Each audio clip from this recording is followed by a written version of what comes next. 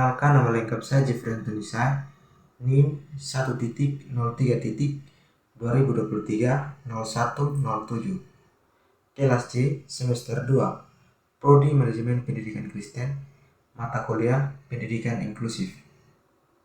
Untuk video kali ini, saya akan membahas tentang penerapan prosedur pendidikan inklusif di sekolah.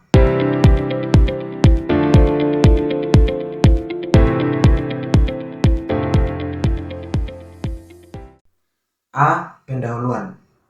Secara keseluruhan, latar belakang pendidikan inklusif mencerminkan pergeseran paradigma, perkembangan hak asasi manusia, serta inisiatif global untuk mewujudkan pendidikan yang adil, setara, dan berkualitas bagi semua anak. Dengan tujuan meningkatkan aksesibilitas dan partisipasi peserta didik dengan kebutuhan khusus.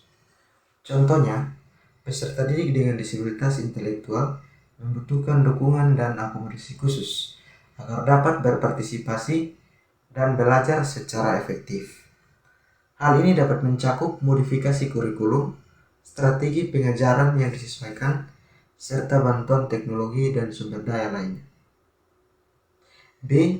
Pengertian pendidikan inklusif.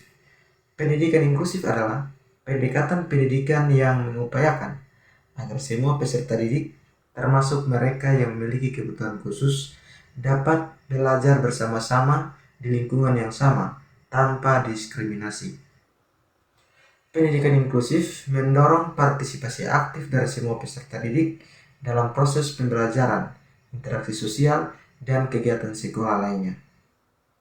Pendidikan inklusif mengupayakan penyesuaian dengan adaptasi kurikulum, metode, media, dan lingkungan belajar agar dapat memenuhi kebutuhan belajar yang beragam. C. Tahapan atau prosedur pendidikan inklusif. Ada beberapa poin penting yang terdapat dalam tahapan atau prosedur pendidikan inklusif, yaitu sebagai berikut. 1. Identifikasi siswa dengan kebutuhan khusus. Dalam hal ini, pihak sekolah melakukan observasi awal untuk mengidentifikasi karakteristik dan kebutuhan siswa, yaitu guru atau staf khusus mengamati perilaku kemampuan akademik serta interaksi sosial siswa di dalam dan di luar kelas. Melihat tanda-tanda seperti kesulitan dalam mengikuti pelajaran, perilaku yang tidak bisa dilakukan oleh siswa. Kemudian, sekolah juga berkoordinasi dengan orang tua siswa untuk mendapatkan informasi tambahan. Tujuannya adalah agar guru mendapatkan gambaran yang lebih lengkap tentang siswa melalui informasi dari rumah. Poin yang kedua, asesmen kebutuhan dan potensi siswa. Dalam hal ini, sekolah melakukan asesmen komprehensif terhadap siswa melibatkan guru, konselor, dan tenaga ahli psikolog terapis. Tujuannya adalah untuk mendapatkan gambaran lengkap tentang kondisi, kebutuhan, dan potensi siswa. Identifikasi ini menunjukkan bahwa siswa mungkin memiliki kesulitan dalam beberapa aspek kognitif, tetapi mampu belajar dan berkembang dengan dukungan yang tepat. Dengan mengetahui detail kebutuhan dan potensi siswa, memungkinkan sekolah untuk merancang program pendidikan yang sesuai dan efektif, sehingga setiap siswa mendapatkan kesempatan maksimal untuk berkembang. Poin yang ketiga, penyusunan program pembelajaran individual atau PPI. Dalam hal ini, berdasarkan hasil asesmen, disusun PPI yang mencakup tujuan pembelajaran, materi, metode, media, evaluasi yang disesuaikan dengan kebutuhan siswa. PPI disusun oleh guru kelas, guru pendamping, dan orang tua siswa. Sekolah juga menggunakan kurikulum Merdeka Belajar yang memiliki sifat fleksibel. Poin yang keempat, monitoring dan evaluasi kemajuan siswa. Dalam hal ini, sekolah melakukan monitoring dan evaluasi secara berkala terhadap perkembangan belajar siswa, yaitu sekolah melakukan pemantauan secara teratur terhadap kemajuan belajar siswa. Ini melibatkan pengumpulan data tentang pencapaian siswa dalam berbagai mata pelajaran atau kompetensi. Dari hasil evaluasi, digunakan sebagai dasar untuk menyesuaikan program pembelajaran individual atau PPI dalam strategi pembelajaran. Ini termasuk penyesuaian kurikulum, pendekatan pengajaran, atau penggunaan sumber daya pendukung yang sesuai dengan kebutuhan belajar siswa. Tujuan utama dari monitoring dan evaluasi ini adalah untuk memastikan bahwa siswa dapat mencapai kemajuan optimal dalam pembelajaran mereka. Dengan memantau secara berkala dan mengevaluasi hasilnya, sekolah dapat memberikan intervensi atau dukungan tambahan jika diperlukan untuk memastikan kesuksesan belajar siswa. Dengan demikian, monitoring dan evaluasi kemajuan siswa merupakan bagian integral dari proses pembelajaran yang bertujuan untuk memastikan efektivitas dan kesesuaian pendekatan pembelajaran dengan kebutuhan individual siswa. Pada poin yang kelima, program pembelajaran berdasarkan hasil evaluasi. PPI disesuaikan untuk mengakomodasi kebutuhan belajar yang terus berkembang. Setelah melakukan evaluasi terhadap kemajuan belajar siswa, sekolah menyesuaikan PPI. PPI ini mencakup rencana khusus yang dirancang untuk memenuhi kebutuhan belajar individu siswa, seperti penyesuaian kurikulum, strategi pembelajaran, atau penggunaan sumber daya pendukung. Sekolah juga menyediakan layanan bimbingan dan konseling untuk mendukung perkembangan siswa. Tujuan dari PPI dan layanan bimbingan ini adalah untuk memberikan pendekatan pendidikan yang personal dan berfokus pada kebutuhan individual siswa. Dengan cara ini, sekolah berupaya untuk memastikan bahwa setiap siswa memiliki kesempatan yang sama untuk mencapai kemajuan akademik dan perkembangan pribadi yang optimal. Dengan demikian, penyesuaian PPI dan penyediaan layanan bimbingan dan konseling merupakan strategi yang penting dalam memastikan pendidikan yang dapat diberikan relevan bagi setiap siswa di sekolah. Poin yang keenam adalah sarana dan prasarana pendidikan inklusif. Ini melibatkan aksesibilitas fisik bangunan dan lingkungan sekolah, serta ketersediaan alat bantu dan media pembelajaran. Ini mengacu pada kemudahan fisik yang memungkinkan semua siswa, termasuk siswa dengan disabilitas atau mobilitas terbatas, untuk mengakses bangunan sekolah dan fasilitas tanpa hambatan. Contohnya, rancangan bangunan yang ramah disabilitas seperti tangga dilengkapi dengan rampa, pintu yang lebar untuk akses kursi roda, toilet yang dapat diakses, dan jalur lalu lintas yang jelas dan aman bagi siswa dengan kebutuhan khusus. Ketersediaan alat bantu. Ini meliputi alat bantu seperti komputer dengan perangkat lunak aksesibilitas atau media pembelajaran yang beragam untuk mendukung berbagai gaya belajar siswa. Contohnya, buku teks digital yang dapat diakses, perangkat pembaca layar bagi siswa dengan gangguan penglihatan, atau penggunaan teknologi pendukung seperti aplikasi pembelajaran yang menyesuaikan tingkat kesulitan dan gaya belajar siswa. Fasilitas pendukung bagi siswa berkebutuhan khusus ini meliputi fasilitas yang dirancang khusus untuk mendukung kebutuhan belajar dan perkembangan siswa dengan disabilitas atau kebutuhan khusus lainnya. Contoh, ruang konseling atau terapi, kelas pendukung pembelajaran yang lebih individual, program bimbingan khusus, atau pelayanan medis atau paramedis di sekolah bagi siswa dengan kebutuhan medis spesifik. Tujuan dari sarana dan prasarana pendidikan inklusif adalah untuk menciptakan lingkungan belajar yang mendukung bagi semua siswa, termasuk yang memiliki kebutuhan khusus, hingga mereka dapat belajar dengan efektif dan merasa diterima dalam komunitas sekolah. Dengan adanya infrastruktur yang memadai, sekolah dapat memastikan bahwa pendidikan yang diberikan benar-benar inklusif dan dapat memberikan kesempatan yang setara bagi semua siswa untuk berkembang secara optimal. Pada poin yang ketujuh, pelaksanaan pembelajaran inklusif di kelas.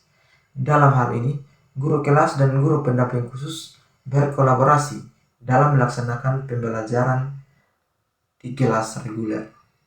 Contohnya, guru kelas mengajar seluruh siswa tentang konsep matematika dasar, sementara guru pendamping khusus membantu siswa dengan kebutuhan khusus memahami konsep tersebut melalui pendekatan yang lebih individual, seperti memberikan penjelasan tambahan atau menggunakan alat bantu visual.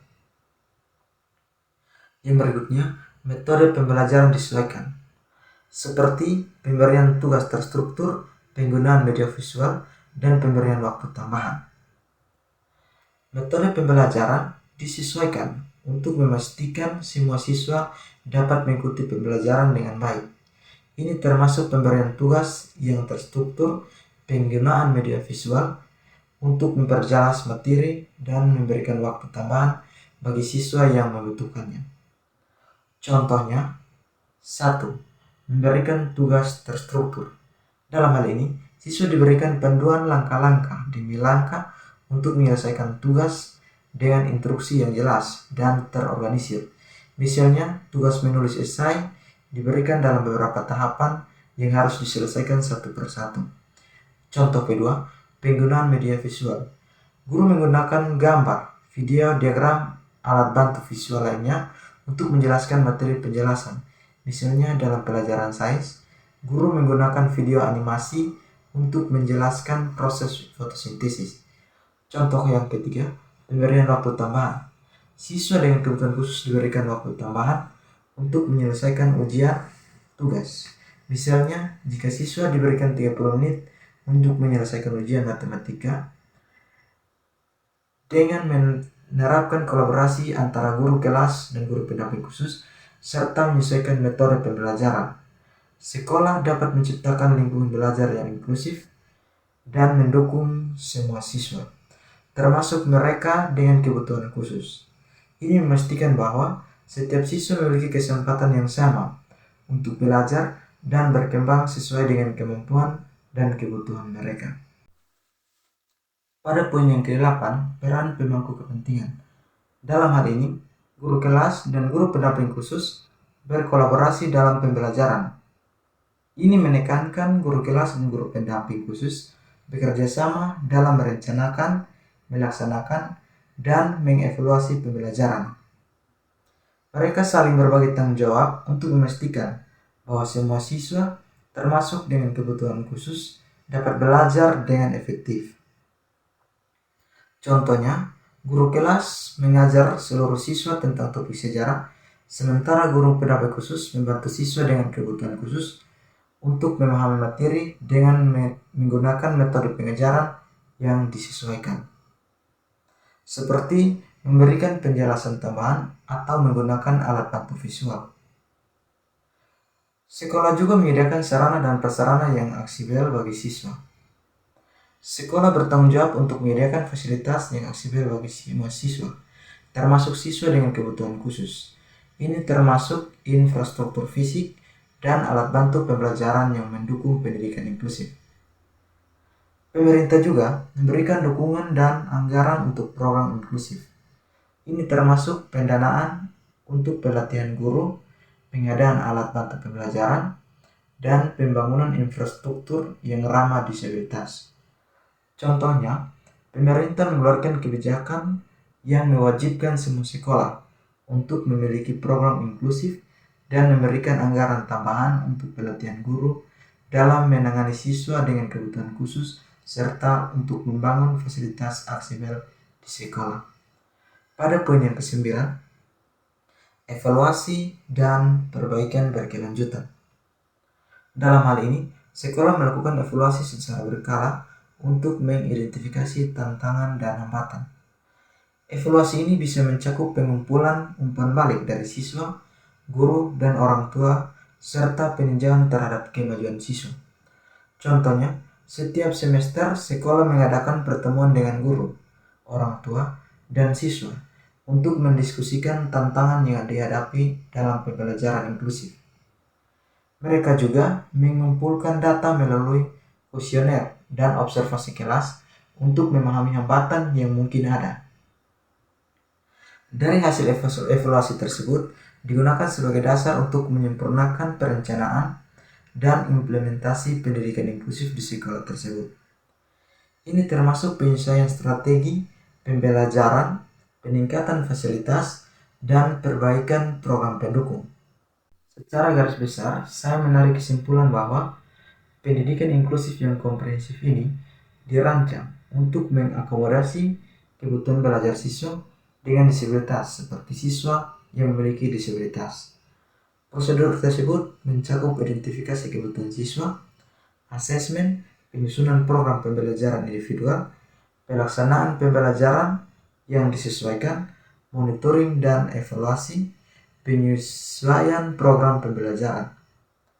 Sarana dan prasarana sekolah juga melibatkan berbagai pemangku kepentingan, seperti orang tua, guru, dan pemerintah, untuk mendukung implementasi pendidikan inklusif yang efektif bagi siswa dengan kebutuhan khusus. Melalui penerapan prosedur yang komprehensif ini, sekolah dapat memastikan bahwa siswa dengan disabilitas dapat belajar secara optimal di lingkungan sekolah reguler. Demikian hasil presentasi saya. Mohon maaf apabila ada kesalahan tutur kata dalam penyampaian materi.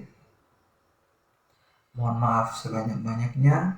Semoga materi yang saya sampaikan dapat bermanfaat dan memberikan pengetahuan yang baik untuk kita semua. Terima kasih.